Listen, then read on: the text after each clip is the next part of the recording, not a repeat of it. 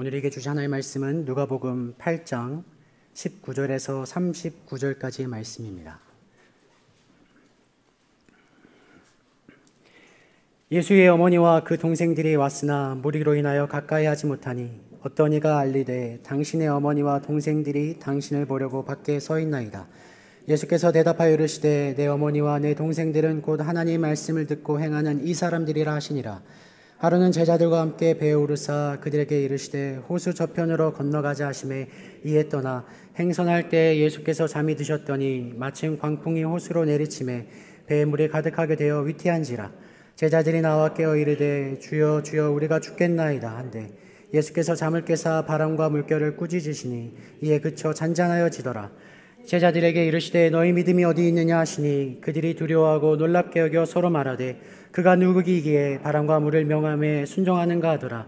그들이 갈릴리 맞은편 거라사인의 땅에 이르러 예수께서 육지에 내리시매 그 도시 사람으로서 귀신 들린 자 하나가 예수를 만나니 그 사람은 오래 옷을 입지 아니하며 입에 거지도 아니하고 무덤 사이에 거하는 자라. 예수를 보고 부르짖으며 그 앞에 엎드려 큰 소리로 불러 이르되 지극히 높으신 하나님의 아들 예수여 당신이 나와 무슨 상관이 있나이까. 당신께 구하노니 나를 괴롭게 하지 마옵소서 하니 이는 예수께서 이미 더러운 귀신을 명하사 그 사람에게서 나오라 하셨습니다. 귀신이 가끔 그 사람을 붙잡음으로 그를 쇠사슬과 고랑에 매어 지켰으되 그 맨 것을 끊고 귀신에게 몰려 광야로 나갔더라. 예수께서 내 이름이 무엇이냐 물으신즉 이르되 군대라 하니 이는 많은 귀신이 들렸습니다. 무적행으로 들어가지 마라 하시기를 간구하더니 마침 그곳에 많은 돼지떼가 산에서 먹고 있는지라. 귀신들이 그 돼지에게로 들어가게 하심을 간구하니 이에 허락하시니 귀신들이 그 사람에게서 나와 돼지에게로 들어가니 그때가 비탈로 내리다라 호수에 돌아가 몰사하거늘 치던 자들이 그 이루어진 일을 보고 도망하여 성내 마을에 알리니 사람들이 그 이루어진 일을 보러 나와서 예수께 이르러 귀신 나간 사람이 옷을 입고 정신이 온전하여 예수의 발치에 앉아 있는 것을 보고 두려워하거늘 귀신 들렸던 자가 어떻게 구원받았는지를 본 자들이 그들에게 이르매 거라사인의 땅 근방 모든 백성이 크게 두려워하여 예수께 떠나가시기를 구하더라. 예수께서 배에 올라 돌아가실 때 귀신 나간 사람이 함께 있기를 구하였으나 예수께서 그를 보내시며 이르시되 집으로 돌아가 하나님이 내게 어떻게 큰 일을 행하셨는지를 말하라 하시니 그가 가서 예수께서 자기에게 어떻게 큰 일을 행하셨는지를 온 성내에 전파하니라. 아멘. 예수님의 이적과 치유하심을 전하고 보여주시자 많은 사람들이 예수님을 구경하기 위해서, 예수님을 보기 위해서, 또 예수님을 만나기 위해서 예수님께 앞에 모여들었습니다. 얼마나 많은 사람들이 모여들었는지 성경에서는 각 동네 사람들이 모여들었다라고 표현을 합니다.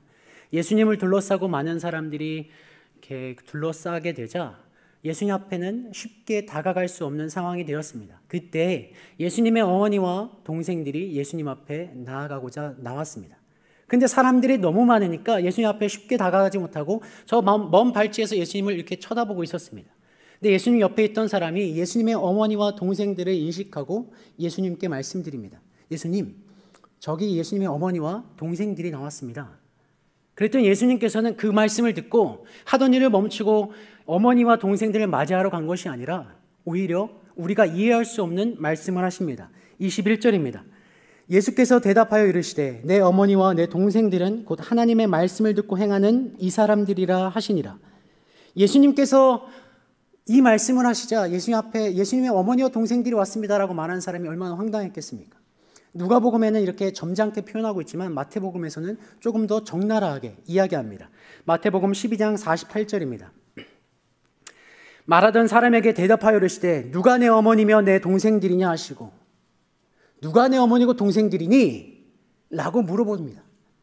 여러분, 이 말을 들은 사람은 얼마나 황당했겠습니까? 특히나 혈족과 이 족보를 굉장히 중요시 여겼던 유대민족에게는 예수님의 그 태도, 누가 내 어머니고 내 동생들이냐 라고 말하는 이 태도가 굉장히 배은망덕한 사람 중에 배은망덕한 사람이었을 겁니다. 그리고 만약에 이 말을 어머니가 들었다면 얼마나 실망스럽겠습니까? 아니, 자식 새끼 키워봤자 아무 소용없다. 머리 검은 짐승 거두는 게 아니라더니 이게 딱 그 꼴이구나 라고 오해했을 수도 있습니다. 동생들이 만약 이 말을 들었다면 아니 지가 좀 유명해졌다고 지가 능력이 좀 있다고 우리를 모른 척해? 어떻게 저럴 수가 있어? 라며 예수님에 대해서 분노를 표출했을 수 있습니다. 그런데 왜 이런 오해를 할 수 있었을까요? 예수님 앞에 예수님의 어머니와 동생들이 왔습니다 라고 말하는 사람들은 예수님의 친족 관계에 대해서 이야기합니다. 가족 관계에 대해서 이야기합니다. 예수님의 어머니와 동생들이 왔습니다.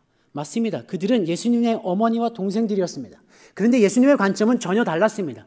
예수님의 관점은 혈족 관계에 의한 가족 관계를 말씀하신 것이 아니라 영적인 하나님과의 관계로서의 가족을 말씀하십니다. 누구든지 하나님의 말씀을 듣고 행하는 자는 내 형제고 어머니요 가족이다라고 말씀하십니다. 이게 왜 의미가 있냐면 여러분 누가 하나님의 말씀을 듣고 행할 수가 있을까요? 하나님과의 관계성을 가진 사람만 하나님의 말씀을 들을 수 있고 행할 수 있습니다. 지나가던 사람이, 모르는 사람이 저에게 원수를 사랑하세요. 누가 당신의 오른뺨을 치거든 왼뺨을 돌려치세요. 돌려치세요? 아니죠. 돌려대세요. 라고 말한다면 제가 그 말을 듣고 알겠습니다. 그렇게 하겠습니다. 하지 않습니다. 저 사람 뭐지? 왜 나한테 저런 말 하지? 그 사람과의 관계성이 없기 때문에, 신뢰관계가 없기 때문에 그 사람의 말을 잘 듣지 않습니다. 그러나 저와 관계를 가진 저의 부모님이나 조 목사님이 저에게 하나 원수를 사랑해야지, 사랑하려고 애써야지 라고 말한다면 저는 저와의 관계성으로 인해서 저는 그 말을 최대한 실천하려고 노력할 것입니다. 왜냐하면 이것이 관계성이기 때문에 그렇습니다.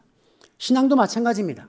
하나님과의 관계성을 가진 사람만이 하나님의 말씀을 듣고 하나님의 말씀을 실천할 수 있습니다. 불교 신자나 이슬람 신자는 하나님의 말씀을 듣고 실천할 이유가 없습니다. 하나님과의 관계성이 없기 때문에 그렇습니다. 그러면 이 하나님과의 관계성은 어디로부터 나오는 것일까요? 바로 하나님에 대한 믿음입니다. 요한복음 1장 12절에 이렇게 말씀하십니다. 영접하는 자, 곧 그 이름을 믿는 자에게는 자녀가 되는 권세를 주셨으니 우리가 어떠한 사람이든 어떠한 인생을 살았든 어떠한 습관을 가지고 있든 어떠한 삶의 태도든 관계없이 하나님의 이름을 믿는 자는, 예수 그리스도의 이름을 부르는 자는 하나님의 자녀가 되는 권세를 주셨습니다. 이것을 바울은 이렇게 표현합니다. 마가복음과 로마서, 갈라디아서에서 이렇게 고백합니다. 갈라디아서 4장 6절에는 너희가 아들임으로 하나님이 그 아들의 영을 우리 마음 가운데 보내사 아빠 아버지라 부르게 하셨느니라. 로마서 8장 15절 너희는 다시 무소하는 종의 영을 받지 아니하고 양자의 영을 받았으므로 우리가 아빠 아버지라 부르짖느니라. 그렇습니다. 우리가 예수 그리스도를 믿음으로 말미암아 이 천지를 만드신 하나님이 우리의 아버지가 되시고 우리는 그분의 자녀가 되는 특권을 얻게 된 것입니다. 이것이 하나님과 우리가 가진 관계성입니다. 이것으로 인하여서 우리가 하나님의 말씀을 들을 수 있고 하나님의 말씀 가운데 감동을 받을 수 있고 하나님의 말씀을 실천해 갈 수 있는 힘이 생기는 것입니다. 그러면 여러분, 우리는 얼마나 삶 가운데 하나님의 말씀을 듣고 실천하고 있습니까? 우리는 얼마나 하나님의 말씀을 실천하려고 발버둥 치고 있습니까? 많은 사람들이 나는 신앙생활 얼마나 했어? 나는 신앙생활을 몇십 년 했어. 나는 어느 교회를 다니고 있어. 내가 직분이 목사야, 장로야, 집사야, 권사야 라는 것으로 우리들의 신앙의 정체성을 확립시키려고 하는 사람들이 많습니다. 그런데 여러분, 신앙은 경력이 아니라 경험입니다. 내가 하나님을 얼마나 많이 믿었느냐가 중요한 것이 아니라 내가 하나님과 얼마나 가까이 있느냐가 더 중요합니다. 내가 하나님의 말씀을 얼마나 알고 있느냐가 중요한 것이 아니라 하나님의 말씀을 얼마나 실천하고 있는가가 더 중요합니다. 이것이 바로 신앙은 경력이 아니라 경험이라고 말하는 겁니다.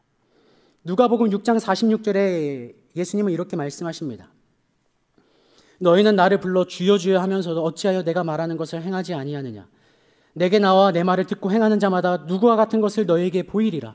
마태복음 7장 21절입니다. 나더러 주여 주여 하는 자마다 다 천국에 들어갈 것이 아니요 다만 하늘에 계신 내 아버지의 뜻대로 행하는 자라야 들어가리라. 그렇습니다.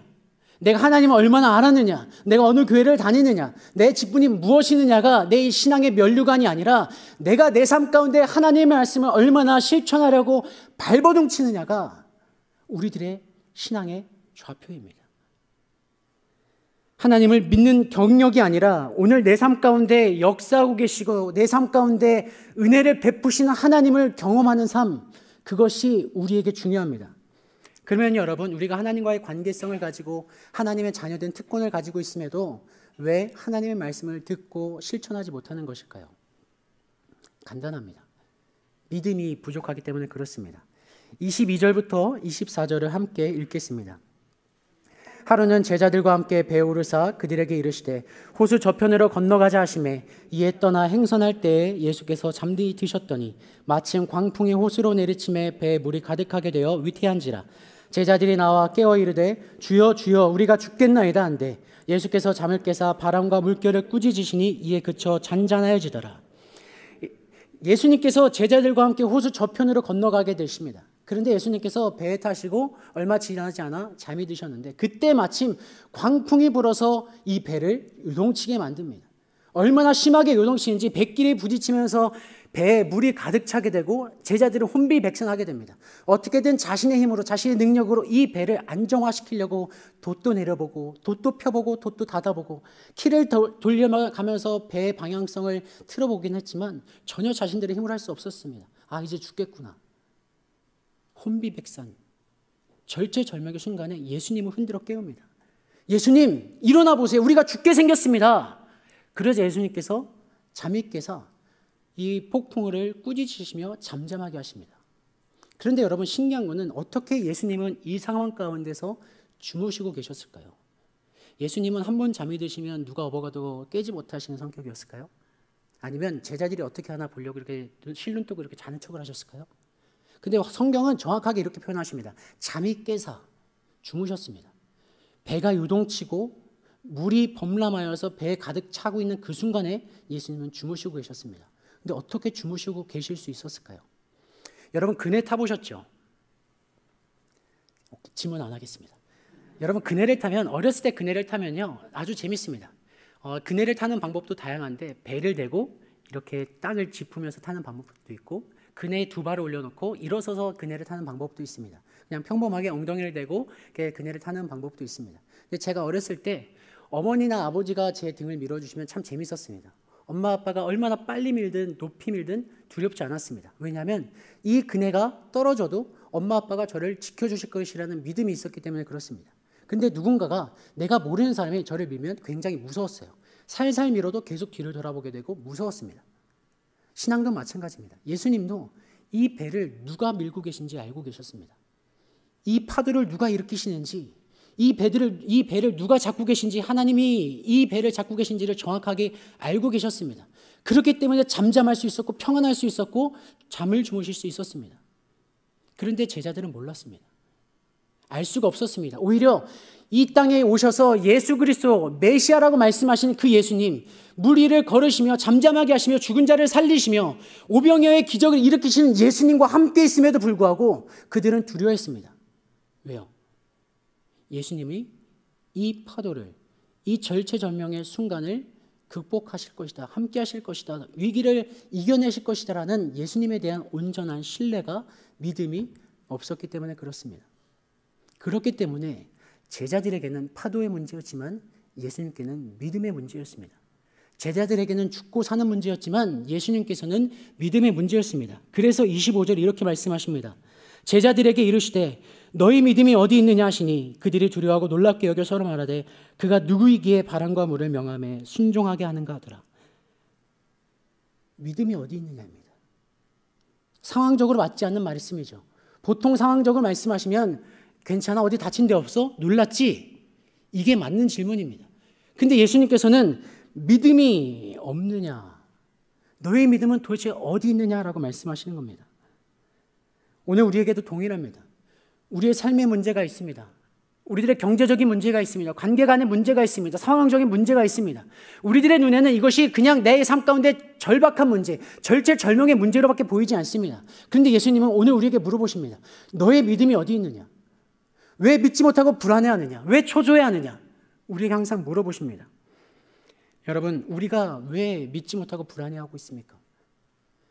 천지 만물을 지으신 하나님께서 나의 하나님이 되시고 내가 사망의 음침한 골짜기를 걸어갈지라도 내가 해를 두려워하지 않을 것은 주께서 나와 함께 하십니다 라고 고백은 하면서 실제로 우리들의 삶 가운데 문제가 생기고 폭풍이 다가오고 내 삶의 인생을 뒤집어 엎을 것 같은 쓰나미가 찾아올 때는 왜 항상 두려워하고 불안해하고 초조해하고 있습니까?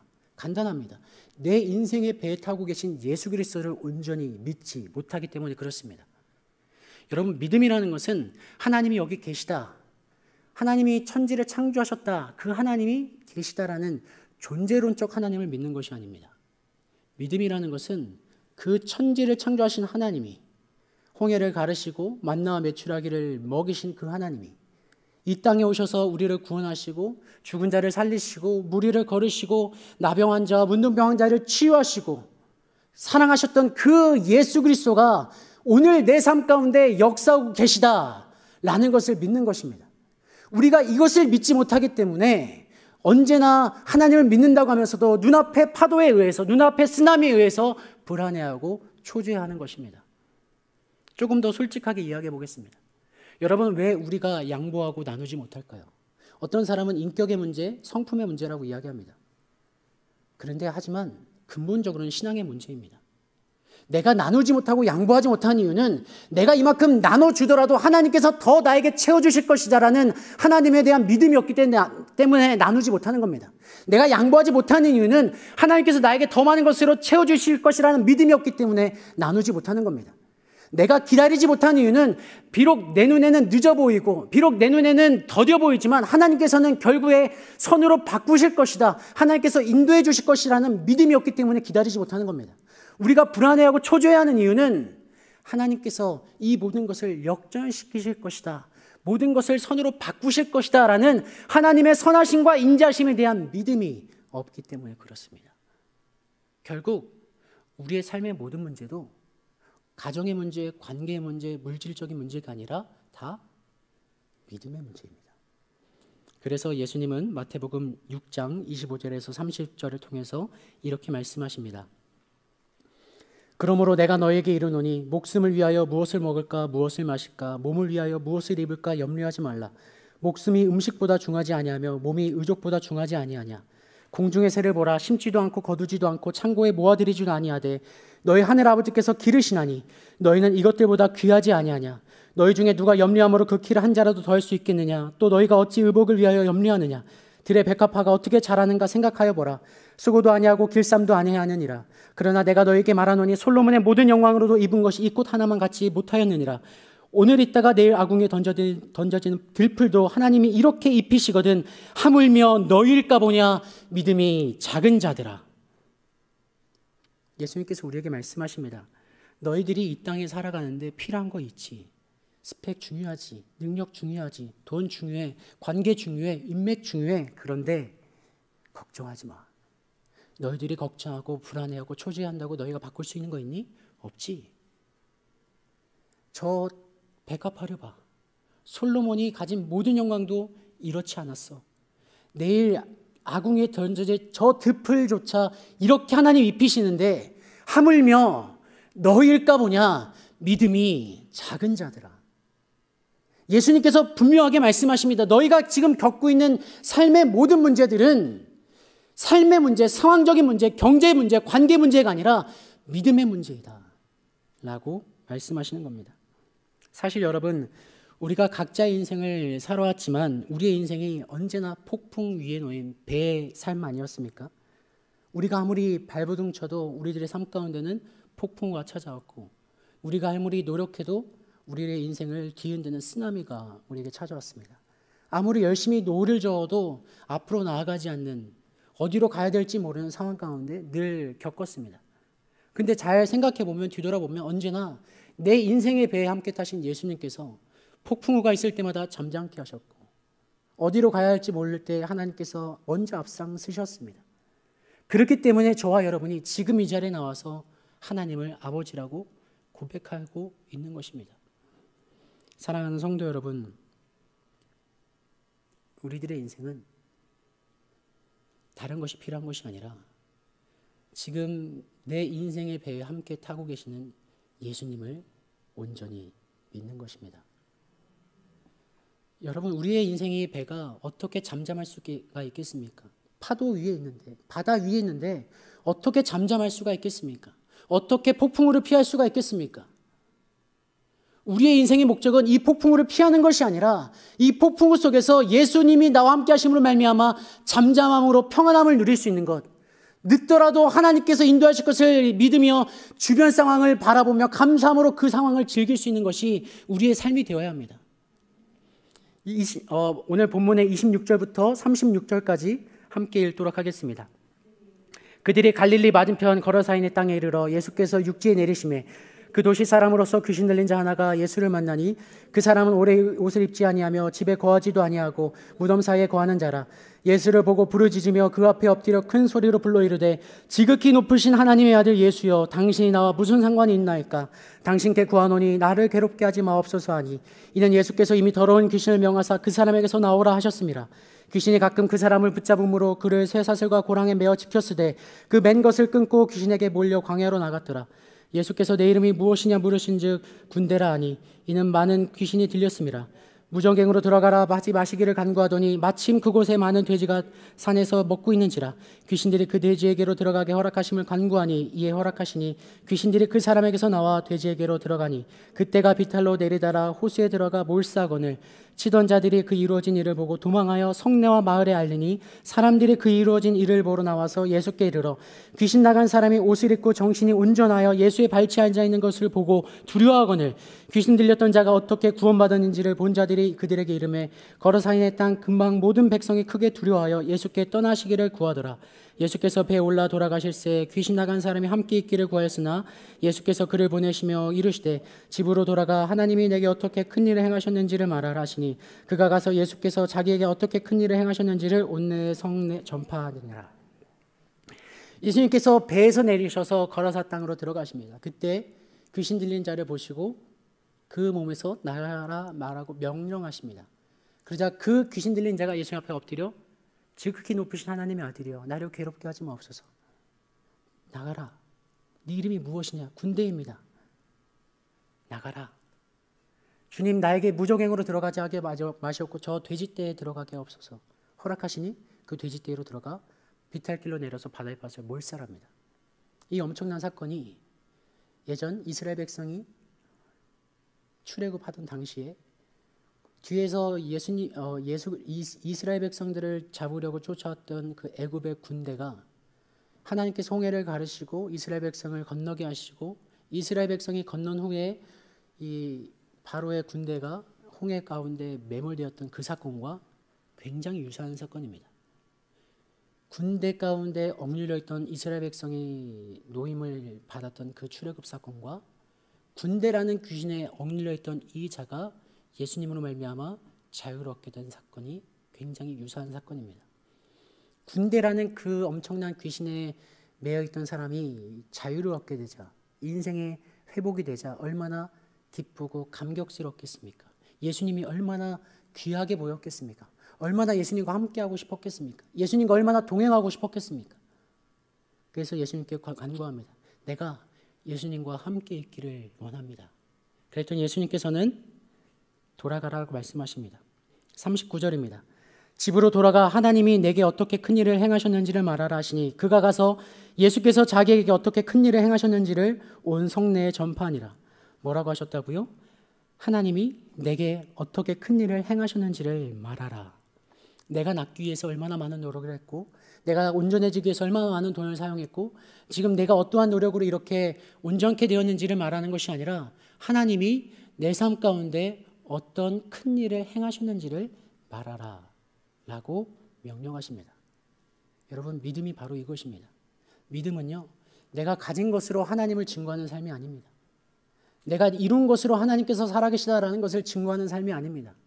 오히려 믿음은 죽을 수밖에 없는 내가 하나님의 자녀된 특권을 누리고, 내 인생 가운데 폭풍과 쓰나미와 어려움들이 몰려올 때 예수님께서 내 인생의 배에 타셔서 걱정하지 마, 내가 너와 함께 하잖아, 두려워하지 마, 놀라지 마, 내가 너와 함께 함이니라, 내가 너를 붙들리라, 내가 너를 지키리라, 나의 의로운 오른손으로 너를 붙들리라 라고 말씀하시면서 내 인생에 있었던 모든 폭풍우들을, 쓰나미들을, 고통과 어려움과 좌절과 슬픔들을 위로하시며 회복시키신 이 하나님의 놀라운 은혜를 삶 가운데 증거하는 겁니다. 우리가 가진 것으로는 하나님을 증거할 수 없습니다. 우리가 이룬 것으로는 하나님을 증거할 수 없습니다. 왜냐하면 이 세상 가운데 돈 많은 사람들 중에 그리스도인들보다 비그리스도인들이 더 많습니다. 성공하고 권력을 가진 사람 중에 비그리스도인들이 그리스도인들보다 훨씬 많습니다. 그렇다는 것은 우리가 이룬 것으로는 하나님을 증거할 수 없습니다. 우리가 하나님을 증거할 수 있는 유일한 방법은 내 삶 가운데 여전히 함께 하시며 나와 동행하시며 죽을 수밖에 없는 나를, 자격 없는 나를, 죄인된 나를 여전히 사랑하시고 괜찮다 위로하시며 오늘 하루 살아갈 수 있는 힘을 매일매일 북돋아 주시는 하나님의 은혜로 오늘 하루를 살아갈 수 있는 그 능력을 갖는 그 인생을 증거하는 것밖에 없습니다. 사랑하는 형제자매 여러분, 우리에게 필요한 것은 내 인생의 배 가운데 타고 계시는 예수님을 기억하고 온전히 믿는 것입니다. 물론 때론 폭풍이 다가오면, 쓰나미가 다가오면 옆에 계신 하나님보다 그 폭풍과 더 크게 느껴질 수밖에 없습니다. 내 인생의 배가 막 좌우로 출렁이고 바닷물이 내 인생의 배 가운데 계속 들어오게 되면 너무 놀라고 초조해서 불안하고 두려워할 수밖에 없습니다. 그러나 그럼에도 불구하고 내 눈에 보이는 것이 어떠하든지 여전히 내 삶 가운데 함께 하시는 예수님을 온전히 믿는 것, 그리고 그 예수님께서 내 인생 가운데 어떻게 이루어 가시는지를 내가 내 눈으로, 두 눈으로 확인하며 증거하는 것이 저와 여러분이 앞으로 해야 될 사명인 줄로 믿습니다. 우리의 인생이 바다 위에 떠 있는 배인데 어떻게 요동침이 없겠습니까? 어떻게 파도가 없겠습니까? 어떻게 폭풍을 피할 수가 있겠습니까? 중요한 것은 폭풍과 쓰나미가 아닙니다. 내 안에 함께 하시는 예수 그리스도입니다. 그 예수 그리스도를 믿고 우리 다 같이 믿음의 항해를 시작했으면 좋겠습니다. 우리 인생의 믿음의 항해가 하나님께서 함께 하시는 항해가 되었으면 좋겠습니다. 물론 눈물이 있고, 물론 때론 아픔이 있고, 때론 상처가 있고, 때론 실망이 있고, 때론 절망이 느껴지겠지만, 그럼에도 지금까지 함께 하셨던 하나님이기에 내일도 함께 하실 하나님을 믿으며 오늘 하루를 살아갈 수 있는 저와 여러분이 되어지기를 주님의 이름으로 축복하겠습니다. 기도합니다. 우리 함께 하나님, 내 인생의 배 가운데 함께 하여 주옵소서. 내가 하나님 온전히 신뢰하고 하나님을 믿으며 하나님이 함께 하시는 인생이 되게 해달라고 우리 잠시 함께 기도하겠습니다. 기도합니다. 하나님 아버지 감사합니다. 내 삶 가운데 역사해 주옵소서. 오늘까지 살아온 것이 하나님의 은혜였고 하나님의 도우심이었고 하나님의 능력이었기에 앞으로 살아갈 모든 하루하루의 인생도 하나님의 능력이며 하나님의 은혜로만 되어질 줄로 믿습니다. 그렇게 오늘 하루로 살아갈 수 있는 힘을 더하여 주옵소서. 하나님 아버지 감사합니다. 자격 없지만, 능력 없지만, 내세울 것 없지만 내 인생의 배 가운데 찾아오셔서 나와 함께 하시며 나를 위로하시며 내 인생의 배를 흔드는 모든 폭풍과 바람과 쓰나미와 모든 고난들을 잠잠케 하시며 평안케 하심을 감사를 드립니다. 하나님, 예수님이 우리와 함께 하시지만 여전히 우리는 불안하고 초조합니다. 여전히 두려워합니다. 하나님, 우리들의 믿음 없음을 용서하여 주옵소서. 하나님을 온전히 신뢰함으로 어디를 가든지 무엇을 하든지 하나님께서 먹이시고 채우심을 경험하고 나와 함께 하신 하나님을 세상 가운데 삶으로 증거하는 인생들 될 수 있도록 역사하여 주시옵소서.